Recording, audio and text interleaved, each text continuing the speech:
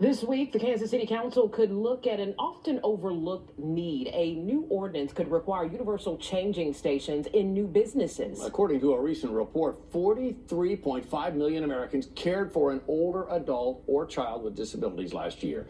Fox 4's Reagan Porter explains why so many see this as a life-changing first step.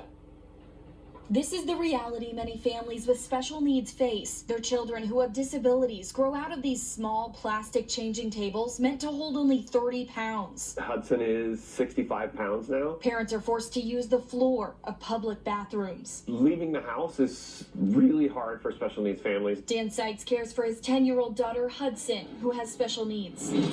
He says they already feel isolated, and this makes it that much harder to go out in public. It's not just a dirty floor, it's also a privacy situation. It's just all over the board a horrible place. A gas station would be my worst case scenario, of course. Can you imagine doing that? Councilwoman Heather Hall is working to get a new ordinance passed in Kansas City, Missouri, to lift their mind, body, and spirit. It involves future businesses and these universal changing stations. It is not only unsafe, unsanitary, we need to treat people with dignity, and that does not do it if we cannot give them a way to be changed in an appropriate manner. These universal changing stations have already been installed in places like here at the Kansas City Zoo and the Kauffman Center for Performing Arts.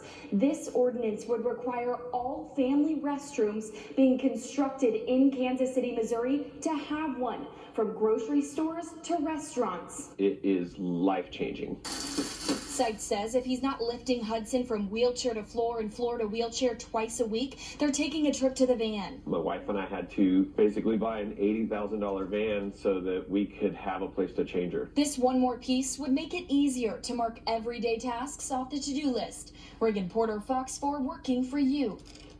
Many families, including the Seitz, plan to show their support tomorrow at City Hall. If the Neighborhood and Planning Committee sends the ordinance to the full council tomorrow, it could get a full council vote as early as Thursday.